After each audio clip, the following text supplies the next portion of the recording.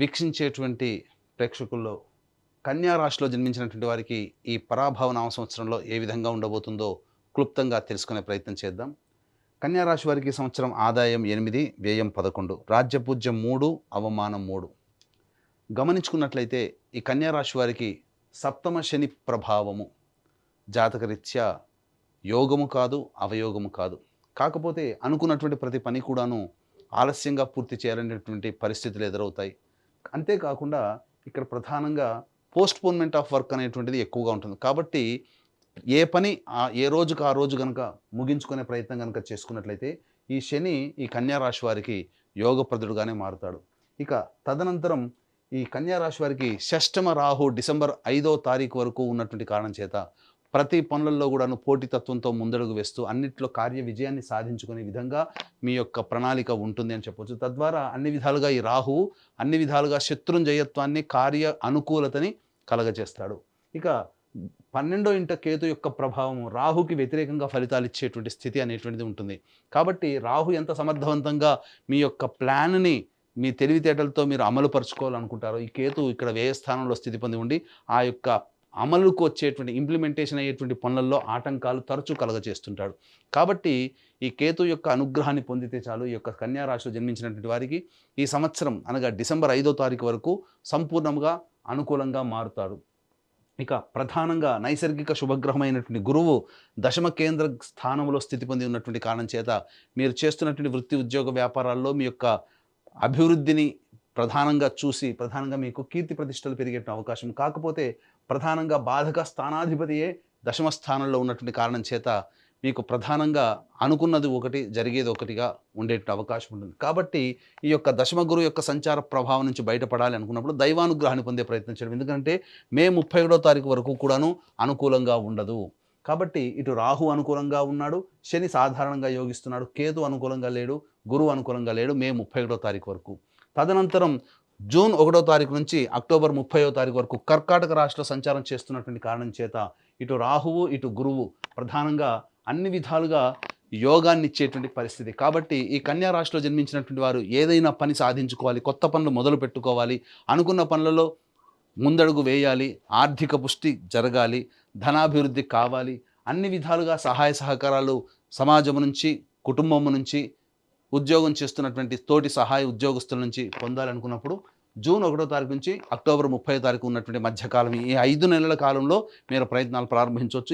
ఈ 5 నెలల సమయంలో కొత్త ఉద్యోగాల్లో మీరు చేరవచ్చు, ఉద్యోగంలో వేరే ఉద్యోగానికి మారవచ్చు. అలాగే ప్రధానంగా ఈ సంబంధించినటువంటి కొత్త వ్యాపార అభివృద్ధి, వ్యాపార విస్తరణ, కొత్త వ్యాపారాలు ప్రారంభించడం లాంటివి చేసుకోవచ్చు. అన్ని విధాలుగా ఈ సమయం చాలా అనుకూలంగా ఉండేటువంటి సమయంగా చెప్పవచ్చు. ఇక అక్టోబర్ 31 నుంచి జనవరి 24వ తారీఖు వరకు కూడాను సింహరాశిలోనే గురు సంచార ప్రభావం కాస్త ఒడిదుడుకులు చేసేటువంటి ప్రతి పనులలో కూడా ఎక్కువగా ఉండడం. ముఖ్యంగా అక్టోబర్ 31 నుంచి డిసెంబర్ 5వ తారీఖు వరకు కూడా చూసుకున్నట్లయితే మానసికమైనటువంటి ఆందోళన అధికంగా ఉండి అనేక విధాలుగా ఈ సంబంధించినటువంటి ఖర్చులు అధికంగా ఉంటాయి. ఇందులో భాగంగా పుణ్యక్షేత్రాల తీర్థయాత్రలు చేయడము, మఠాధిపతులు, పీఠాధిపతుల యొక్క అనుగ్రహాన్ని పొందడం ఈ అక్టోబర్ 31 నుంచి డిసెంబర్ 5వ తారీఖు వరకు ఉన్నటువంటి సమయంలో జరుగుతుంది. తదనంతరం ఈ జనవరి 24 నుంచి ఉగాది వరకు కర్కాటక రాశిలోనే మళ్ళీ గురు సంచారం చేస్తున్నటువంటి ఈ కారణం చేత ప్రధానంగా అన్ని విధాలుగా యోగదాయకంగా ఉంటుంది అని చెప్పవచ్చు. ఇక ఏతావాత చెప్పొచ్చేది ఏమిటంటే ప్రధానంగా ఈ 5 నెలలు మళ్ళీ జనవరి 24 నుంచి ఉగాది 2.5 నెలలు మొత్తం చూసుకున్నట్లయితే ఈ యొక్క సంబంధించినటువంటి కన్యా రాశిలో జన్మించినటువంటి వారికి 7 నెలలు అనుకూలంగా ఉంటుంది, 5 నెలలు అనుకూలంగా ఉండదు.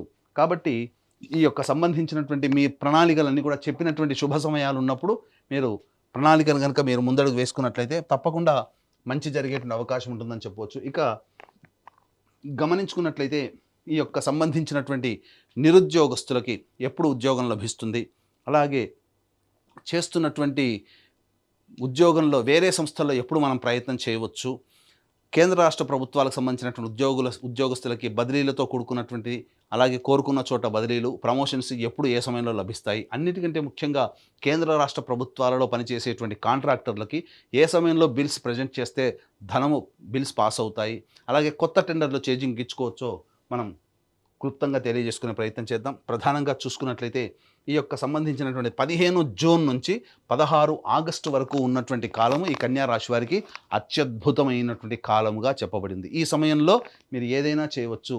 మే 31వ తారీఖు నుంచి అక్టోబర్ 30 వరకు కూడాను ప్రధానంగా ఉన్నటువంటి సమయం ఈ సమయం కాబట్టి, ఈ సమయం కూడా గురువు అనుకూలంగా, రవి సంచారం కూడా అనుకూలంగా ఉన్నటువంటి సమయం కాబట్టి అన్ని విధాలుగా యోగదాయకంగా ఉంటుంది. ఆ తదనంతరం 17 నవంబర్ నుంచి 15 డిసెంబర్ వరకు ఉన్నటువంటి కాలము, అలాగే వచ్చే సంవత్సరం 13 ఫిబ్రవరి నుంచి 14 మార్చి వరకు ఉన్నటువంటి కాలము అన్ని విధాలుగా నిరుద్యోగస్తులకి, ఉద్యోగస్తులకి, కేంద్ర రాష్ట్ర ప్రభుత్వంలో పనిచేసే కాంట్రాక్టర్లు, ఉద్యోగస్తులకి ఈ సంబంధించినటువంటి సమయాలు చాలా అనుకూలంగా ఉంటాయి. మిగతా సమయాల్లో బాగుండవా, మిగతా సమయంలో ప్రయత్నం చేయకూడదా అంటే, గ్రహాలు అనుకూలంగా లేని సందర్భంగా ఉన్నప్పుడు ప్రయత్నం చేసినా మీ యొక్క దైవానుగ్రహం పూర్వపుణ్య కర్మ వల్ల వచ్చినప్పటికీ కూడా ఆ ప్రయత్నంలో మీరు అడుగుపెట్టిన తర్వాత అక్కడ కొన్ని కష్ట నష్టాలు భరించాల్సినటువంటి పరిస్థితి. కాబట్టి వాటికి సిద్ధంగా ఉంటే మిగతా సమయంలో కూడా మీరు ప్రయత్నం చేయవచ్చు. ఇలా ఈ కన్యా రాశి వారికి చెప్పినటువంటి మంచి చెడు ఎలా అయితే ఏ విధంగా ఉందో 12 రాశిలో జన్మించినటువంటి వాళ్ళకి కూడా వాళ్ళ జీవితంలో మంచి చెడు జరగాలి అని అంటే నవగ్రహాల యొక్క అనుగ్రహం సంపూర్ణంగా కావాలి.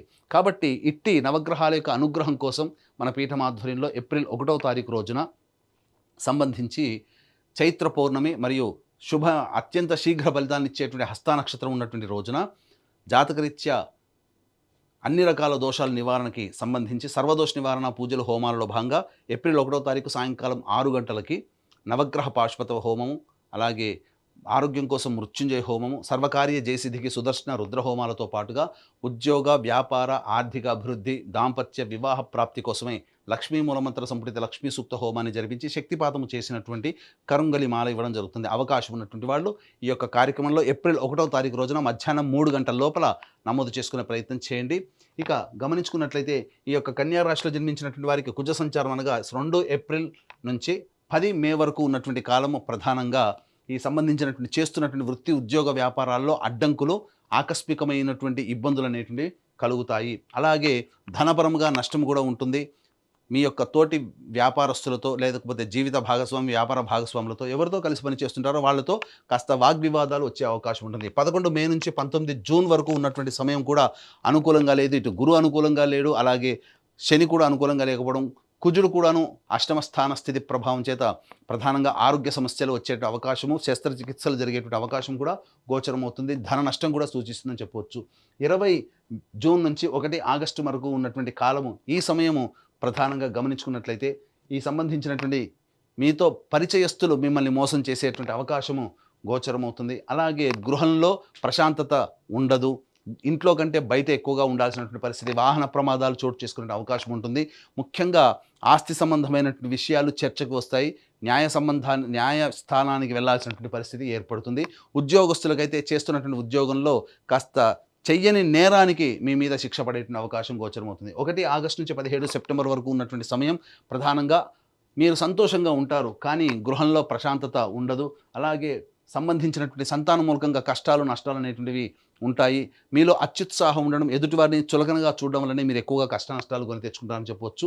18 సెప్టెంబర్ నుంచి 11 నవంబర్ మధ్య ఉన్నటువంటి కాలం చాలా అద్భుతమైనటువంటి కాలం. ఈ సమయం కూడా గురువు అనుకూలంగా ఉంటాడు, రాహు అనుకూలంగా ఉంటాడు. కాబట్టి చేస్తున్నటువంటి వృత్తి, ఉద్యోగ, వ్యాపారాల్లో ఏదైతే జూన్ 1వ తారీఖు తర్వాత మీరు మొదలుపెట్టినటువంటి కార్యక్రమాల్లో వాటికి సంబంధించినటువంటిది ఈ 18 సెప్టెంబర్ నుంచి 11 నవంబర్ లోపల అద్భుతమైనటువంటి ప్రగతిని సూచిస్తారు. ఆకస్మికమైనటువంటి ధనప్రాప్తి, మీకు విశేషమైనటువంటి రాజయోగం కలిగేటువంటి సమయంగా చెప్పవచ్చు. 12 నవంబర్ నుంచి 8 మార్చి వరకు ఉన్నటువంటి కాలము కుజుడు స్తంభించి వ్యయస్థానంలో స్థితి పొంది ఉండడం. ప్రధానంగా గమనించుకున్నట్లయితే సోదరిమణులతో విభేదాలు, అలాగే శక్తికి మించి పని చేయలేకపోవడము, అలాగే సంబంధించినటువంటి న్యాయస్థానము, అలాగే శత్రువులతో ఓడిపోవడము లాంటివి, అనగా మీరు చేస్తున్నటువంటి పనులలో మీరు ఓటమి పాలవ్వడము అనేటువంటివి జరిగే అవకాశం ఉంటాయి. కాబట్టి జాగ్రత్తలు పాటించండి.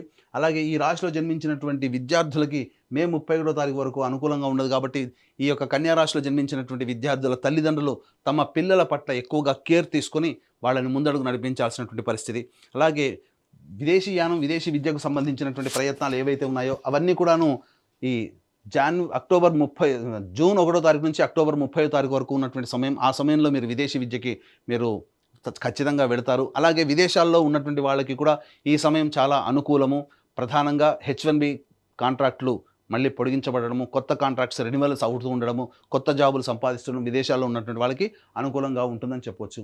ఇక గమనించుకున్నట్లయితే ఈ రాశిలో జన్మించినటువంటి రాజకీయ రంగ ప్రముఖులకి ప్రధానంగా రాహువు, గురువు, శని సంబంధించినటువంటి గ్రహాల యొక్క అనుగ్రహం సంపూర్ణంగా ఉండడం వల్ల పార్టీ పెద్దల యొక్క ఆదరాభిమానాలు అనేటువంటి పొంది తద్వారా మంచి పదవిని పొందేటువంటి అవకాశాలు కూడా గోచరమవుతున్నాయి. ఈ రాశిలో జన్మించినటువంటి నటీనటులు, అలాగే 24 frames, electronic and printing media, social media రంగంలో పనిచేస్తున్నటువంటి వాళ్ళకి అవకాశాలు చాలా బాగా వస్తాయి.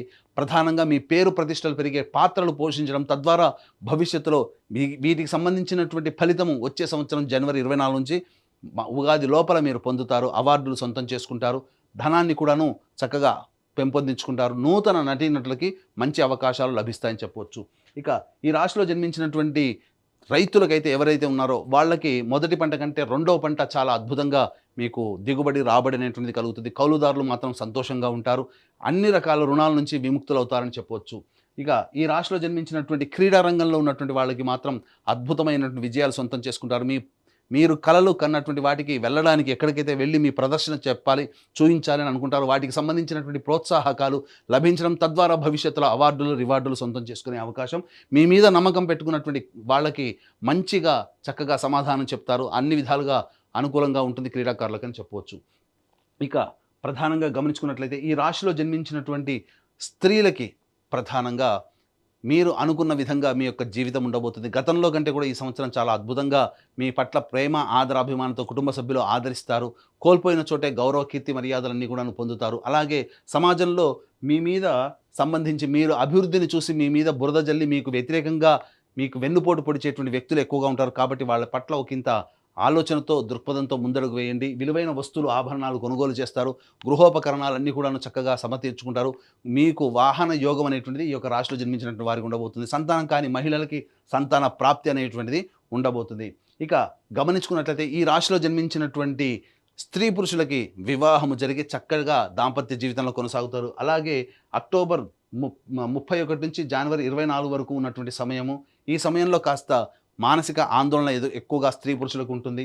జూన్ 1వ తారీఖు నుంచి అక్టోబర్ 30 వరకు ఉన్నటువంటి సమయం ఏదైతే ఉంటుందో ఈ సమయంలో సంతానం కోసం ఎదురు చూస్తున్నటువంటి వాళ్ళు చక్కటి శుభవార్త వింటారు అని చెప్పవచ్చు. ఇక గమనించుకున్నట్లయితే చాలామందికి కళ, సొంత ఇంటి కళ నెరవేర్చుకోవడం.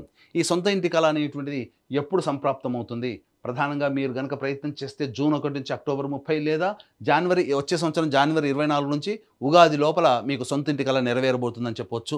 తర్వాత చెప్పుకునేది ఏంటంటే ఈ యొక్క కన్యా రాశిలో జన్మించినటువంటి వారికి సాధారణం కంటే ఉన్నతమైనటువంటి ఫలితాలు, శుభ ఫలితాలు ఎక్కువగా ఉన్నటువంటి కారణం చేత అన్ని విధాలుగా ఆనందయోగంగా ఈ సంవత్సరం గడుపుతారని చెప్పవచ్చు. ఏదైనా సమస్య కనుక వచ్చినట్లయితే మీ ఇంటికి తూర్పు దిక్కుగా ఉన్నటువంటి శివాలయంలో చేరుకొని లక్ష్మీ అమ్మవారికి, అలాగే శ్రీనివాసుడికి మరియు ఈశ్వరుడికి, అమ్మవారికి అభిషేకము, అర్చన జరిపించండి. ఈ విధంగా వరుసగా 3 రోజుల పాటు చేయండి. తప్పకుండా మీ సమస్య పరిష్కారం అవుతుంది. అంతేకాకుండా ఈ సంబంధించినటువంటి మీ యొక్క జాతకరీత్యా నవగ్రహాల యొక్క అనుగ్రహం కోసం మన పీఠం ఆధ్వర్యంలో ఏప్రిల్ 1వ తారీఖు రోజున జరిగేటువంటి సర్వదోష నివారణ పూజల హోమాల్లో గోత్రనామాదులు నమోదు చేసుకుని కరుంగలి మాలను సొంతం చేసుకోవడం ద్వారా ఈ యొక్క కన్యా రాశులతో పాటుగా 12 రాశులు జన్మించినటువంటి వారికి జీవితంలో ఈ సంవత్సరం అంతా వచ్చేటువంటి గ్రహాల యొక్క అనుగ్రహం ద్వారా అన్ని సమస్యల్ని పరిష్కరించుకొని ఆనందకరమైన జీవితాన్ని పొందుతారని ఆకాంక్షిస్తూ సర్వం శ్రీ ఉమామహేశ్వర పరబ్రహ్మార్పణమస్తు.